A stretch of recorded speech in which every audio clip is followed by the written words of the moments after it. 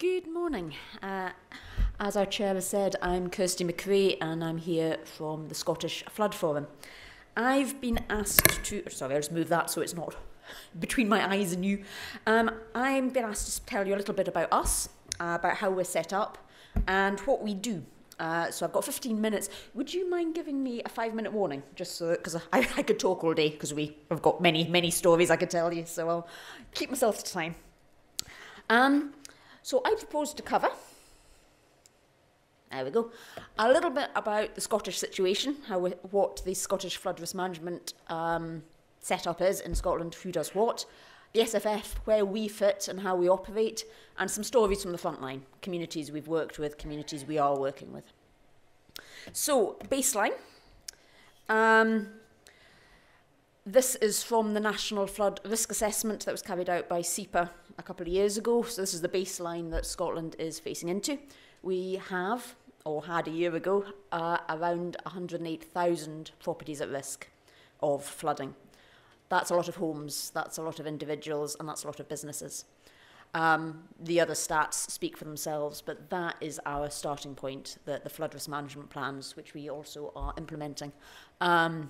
We, Scotland, are facing into. So that's the scale of the problem, and that is across Scotland, in rural areas, in small communities, in some big urban areas. It's right across the board.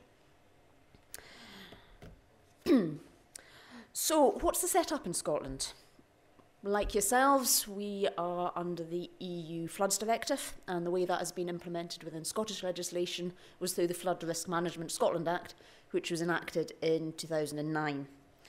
The Scottish Government oversees the implementation of the Act, which includes creation of flood risk management strategies, overarching objectives of who's going to do what within different regions of Scotland, and the flood risk management plans, which provide the key actions. The bodies responsible are SEPA, local authorities, Scottish Water, our national water company, National Parks Authorities, and Forestry Commission. In Cycle 1, which is what we're currently in, the first 6 years, Scotland has, in its plan, 40 new flood warning schemes, which our Environment Protection Agency are coming up with, local areas that will get a better warning when flooding is due.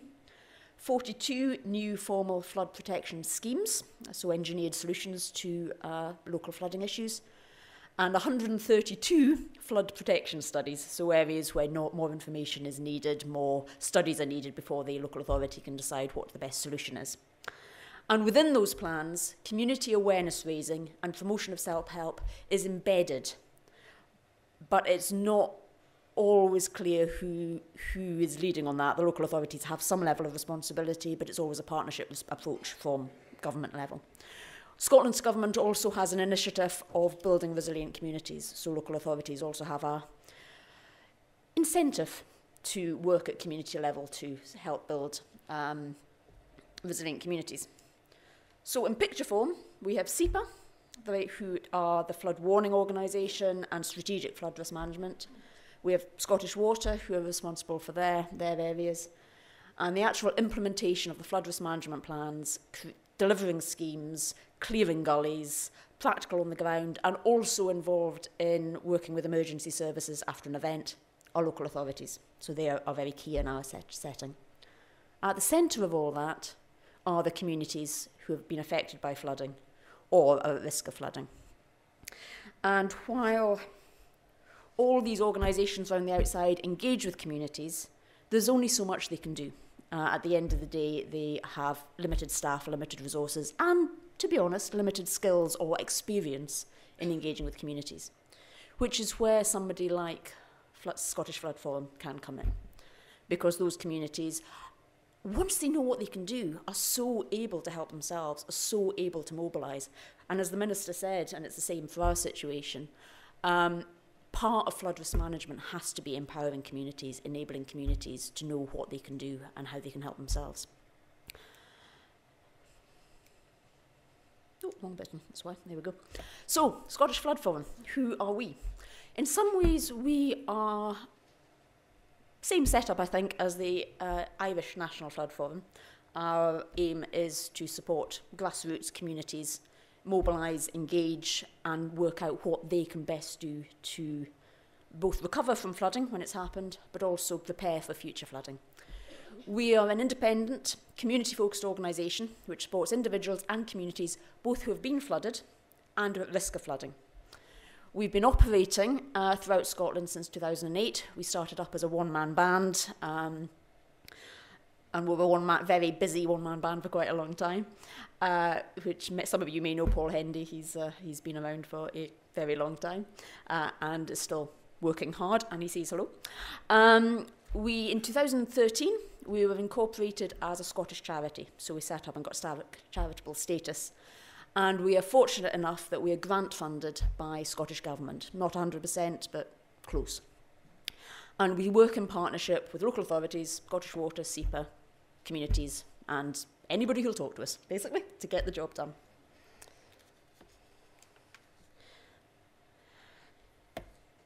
So our key aims are to support those who've been affected by flooding, raise awareness of the risks of flooding, be an independent voice supporting communities, and that can be being a facilitator, it can be giving hard messages to the community around, you know what, there comes a time where this action is going to have to be the communities to take because nobody else is going to do it for you.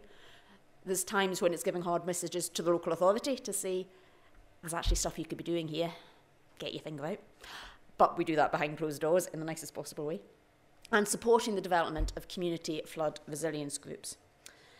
Charitable status gives us the means to remain independent. We have got a charitable regulator who would be all over us like a rash if we were in somebody's pocket. Most of our funding currently comes via grant funding from the Scottish Government, and this funding is at a high level to deliver strategic objectives, not task-focused, which means we are free to define what we do on a day-to-day basis and which communities we work with and what projects we get involved in. Our charitable status means the Scottish Government has a responsibility to carry out due diligence on us. Are we a going concern? Is our governance right? All that sort of stuff. But once they've ticked those boxes, the grant funding can come to us, and so long as it's delivered within the framework of our charitable objectives, we are independent. In fact, our independence is key to Scottish Government's continued funding of us, as what they see as the big gap without us is a facilitator to support local communities, both work out what they can do themselves, but also engage well with local authorities, and to help local authorities understand local issues and community concerns.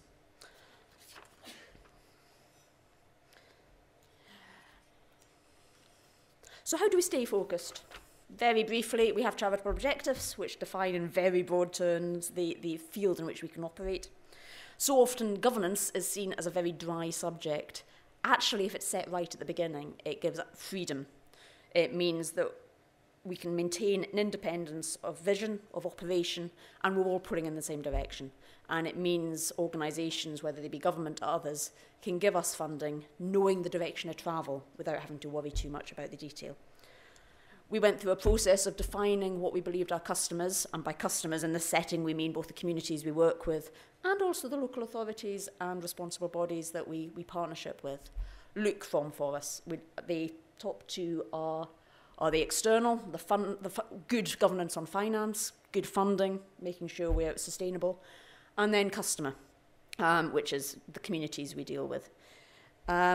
This gave us a real clarity of the sort of deliverables we offer to government that give us underfunding. So the kind of level of deliverables we're talking about is provide ongoing recovery support for communities flooded in the last year. Engage with and support develop existing community flood resilience groups. And undertake property level protection assessments. We're fortunate enough we have 2 members of staff who are trained in undertaking assessments for property level protection. So one of the things we will do, especially in a recovery situation, is help people think through how they can protect their own homes and their own communities. So I just want to give you a few examples of the kind of work we get involved in, the kind of communities, and just some of the issues, and hopefully that will help you see how we engage with both the community and local authorities and government. We are fortunate enough we are able to, or we aim to respond as soon after a flood as possible, to go into the local community, to provide support while people are out of their homes, pretty much as soon as water starts retreating. And we're able to give people advice on how to get involved, how to engage with their insurance company, to take photos of everything before they move it. The thought of things when you're in a stress and you've just been flooded and you don't know which way is up. You just need an objective voice to come alongside you and go, right, these are the things you can do. Let's go through the paperwork for your insurance together, because there's some small text here, small print, you probably need to read through. If you're struggling to engage with your insurance company, or you discover your insurance doesn't actually cover flood risk, which has been a huge issue for us in the last few years, what are you going to do? We will stay with the community right through that process. Not full time, but 1 or 2 days a week, we'll have somebody within that community to walk with them through that recovery process. And it was mentioned earlier, like yourselves, we were hit hugely by flooding in the winter of 2015-16.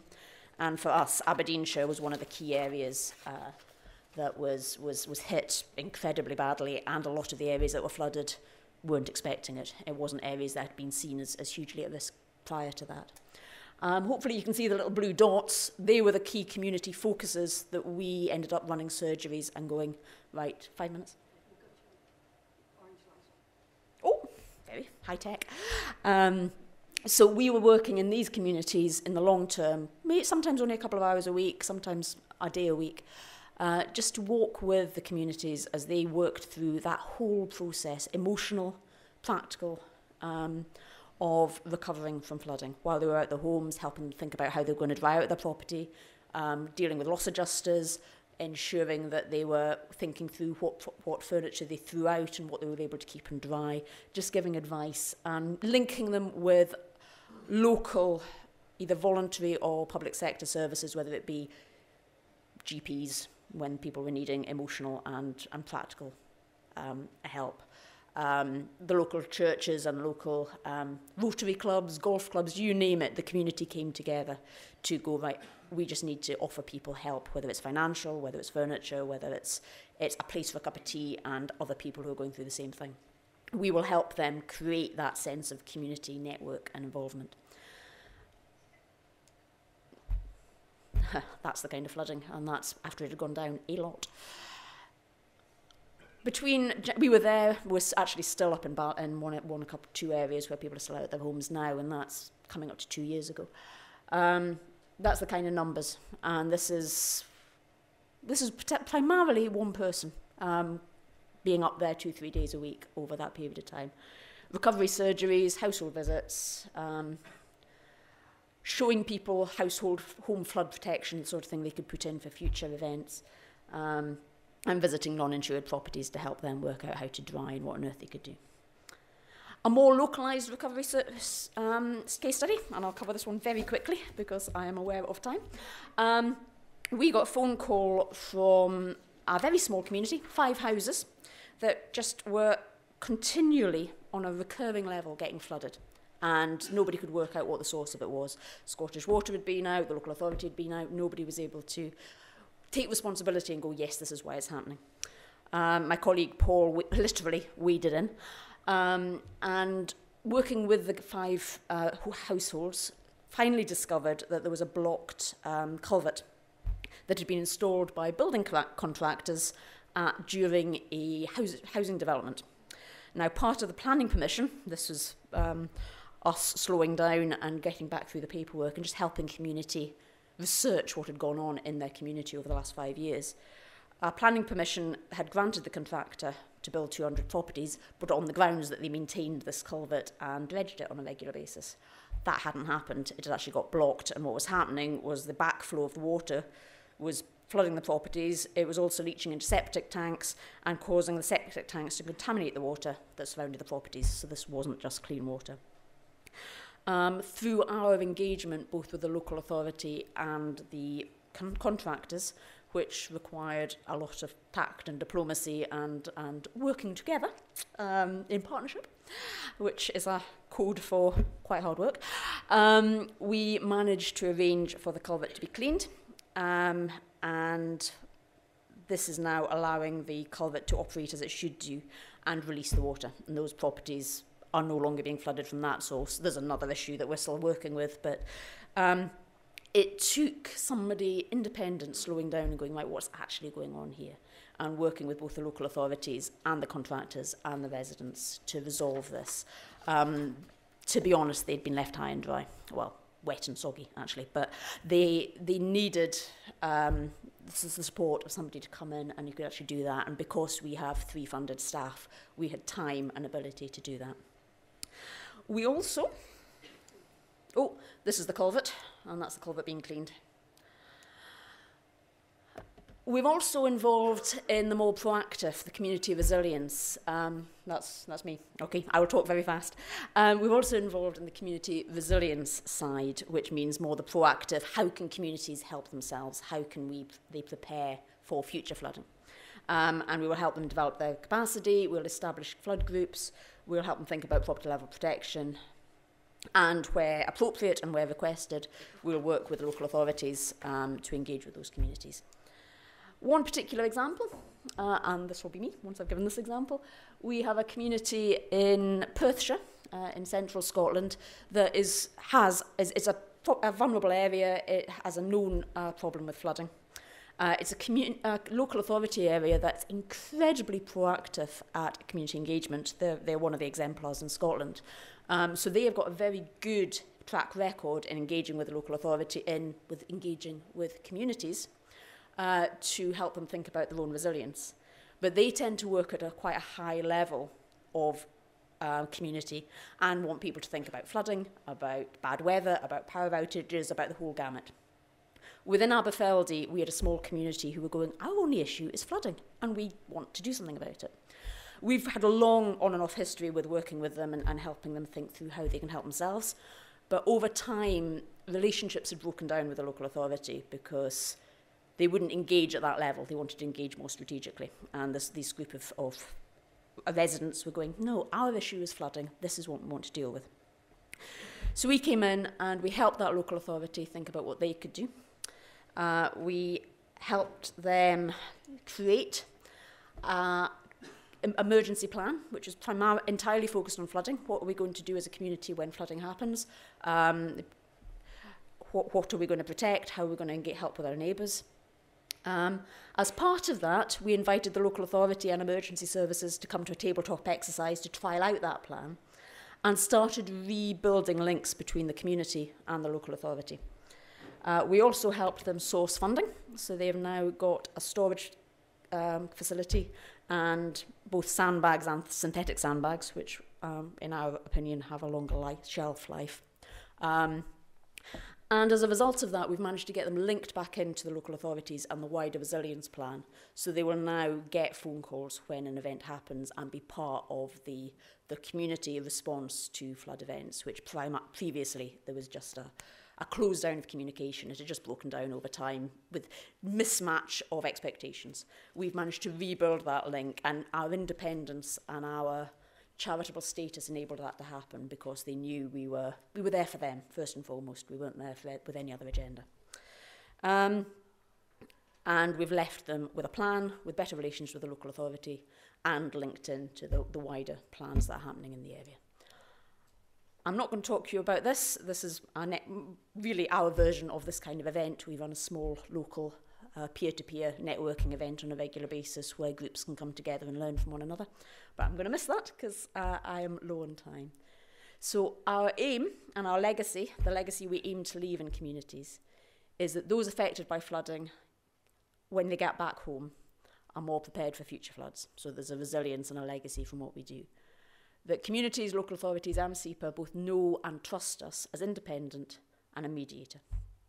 And that we leave behind or continue to work with empowered communities who have increased resilience and better understanding of flooding and good links with local authorities.